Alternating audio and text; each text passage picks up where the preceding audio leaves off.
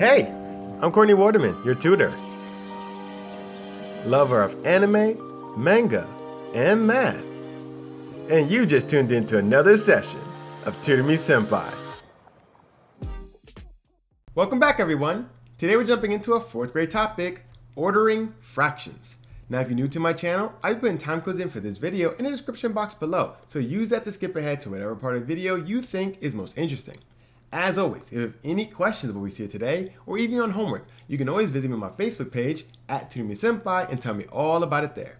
Today's video will have 4 parts, so leave a like, smash subscribe, and let's get started. Now, depending on the groups of fractions that you have, it could be really easy to order your fractions, or it could take a little bit more work. Today we're going to be covering 3 groups of fractions that you're most likely going to be running into, and I'm going to show you how you can order all your fractions within those groups. Now, the first 2 groups are going to be so easy to order, and those groups are going to be when you have fractions that either have all the same numerators or all the same denominators. If you have any one of those 2 groups, you're going to have an easy time ordering your fractions. However, if you have fractions in this 3rd group, it's going to be a little bit more work. And this 3rd group is going to be what I call the mixed group, because you can have fractions all over the place. They don't have to have the same anything. However, you still need to know how to order those fractions. Now, if you're lucky enough to run into fractions in either one of these 2 first groups, you're going to be so happy because you have to do hardly any math. So let's check out this first one, where you have a group of fractions that have all the same denominators, and we're going to see how simple it is to order those fractions. So let's say you have this group of fractions in which they all have the same denominator of 18, and we have to order these from smallest to biggest fraction. I say this is going to be super easy because you don't have to do any math. You can look at this and then put them in order. And that's because whenever you have fractions with the same denominator, you pretty much ignore the denominator and you look only at the numerator. And then you order that from smallest to biggest. So if they all have the same denominator, then which one of these is the smallest numerator? Well, 2 is going to be the smallest numerator. So you write 2 here. And then you keep going. Which one's going to have the next smallest numerator? This 7, so you put 7. How about the next smallest?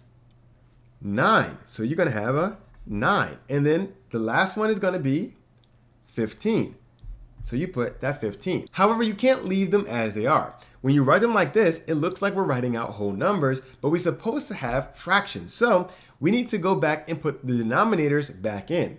These are going to be all over the same thing of 18. So you just put each and every one of these over 18. And when you do that, you have now successfully ordered all of these fractions. So you see, it's super simple because you're pretty much ignoring the fact that they're fractions and then just ordering the numerators. So if you thought this group was easy, I assure you the next group is going to be just as easy. Let's say you have a group of fractions like these, in which they all have the same numerator. In this case, the numerator is going to be 1. So they all have a numerator of 1. I assure you this is going to be just as easy as the last one because you can ignore the numerator in this case. And we're going to be ordering by our denominators. However, it's going to be slightly different.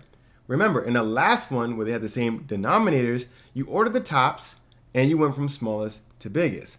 However, you're going to do the reverse here. Still don't have to worry about doing a bunch of math. You just got to know which one is going to be biggest and put that one first. So which denominator is going to be the biggest? And that's going to be the first one you write here. So looking at all of these, which one has the biggest denominator?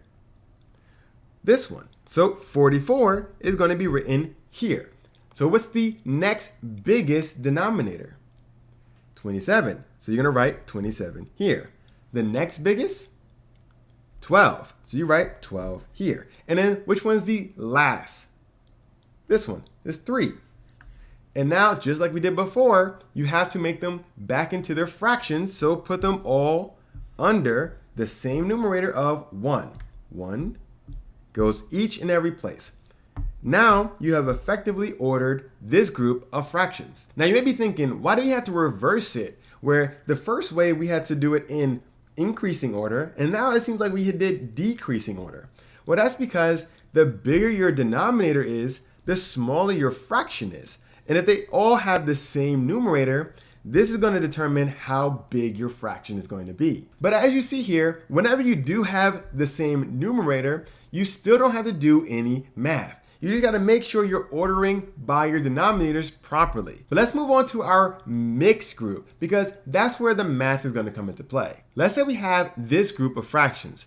We have 1/2, we have 2/3, and we have 3/4. And we want to order these from smallest to biggest. Now, if you look at this, it may not be super obvious which one's going to be smallest and which one's going to be biggest. But as you see, nothing is going to be the same. No numerator, no denominator. This is our mixed group. So in cases like this, you're gonna have to do a little bit of math. The goal for this group is to get them all with the same denominator. If you can get them with the same denominator, we can treat them like our first group, in which they all have the same denominator, so we order them by the numerators. But the trick is, how do we get them with the same denominator? That's where your multiplication tables are going to come into play. You're gonna do a multiplication table for each denominator that you have here, and then find a number that they have in common. So let's write out our times table for each one of these. So we have 2, 3, and 4.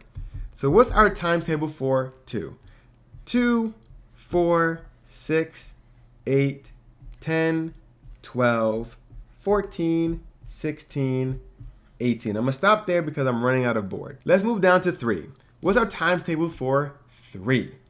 We have 3, 6, 9, 12, 15, 18, 21, 24. I'm gonna stop there. Let's do 4. We have 4, 8, 12, 16, 20, 24, 28, 32. So now we want to look at this and find the first number that they have in common. Now that's the first number they have in common. They may have a lot of numbers in common. However, let's find the first one they have in common. Do they all have 2 in common? No. 4 is way too big, so they don't have that. How about 4? No, 3 doesn't have 4 in its timetable, so 4 is not in common. How about 6? Nope, 6 is not in 4's timetable, so let's keep going. No 8s. How about 10? Nope. How about 12? Yes, 12. So we circle our 12. 12 is going to be the number that they all have in common. Now, if you were to keep going, you'll see that they all have 24 in common as well, but I didn't have any space to write that. However, we don't need to go all the way to 24. We found 12. So now that we know which number they have in common, what do we have to multiply each denominator by in order to get 12? I've spaced these out to give us more room to work with, but we want to get 12 in the denominator. So what number do we multiply 2 by in order to get 12? That's going to be 6. So we're going to multiply 6 there. How about this 3? What do we multiply 3 by in order to get 12? 4. So we're going to multiply that by 4. And what about this 4? What do you multiply 4 by in order to get 12? 3. And whatever you do to the bottom, we need to do to the top. We don't want to change our fraction. We want to multiply top and bottom by the same number. So this is going to be times 6, this is going to be times 4, and this is going to be times 3. Make sure when you're changing your denominator, you change the numerator by the same process. Multiply by 6, multiply by 6. Multiply by 4, multiply by 4. Multiply by 3, multiply by 3. So when you do this, you get some new looking fractions, which we call equivalent fractions. So this is going to be 6 over 12. This is going to be 8 over 12. And this is going to be 9 over 12. So if you were to look at this, 6 over 12, 8 over 12, and 9 over 12, and you had to order them from smallest to biggest, how would you do it? They had the same denominators, so we simply put the smallest numerator first, which is going to be 6, and then we have 8, and then we have 9.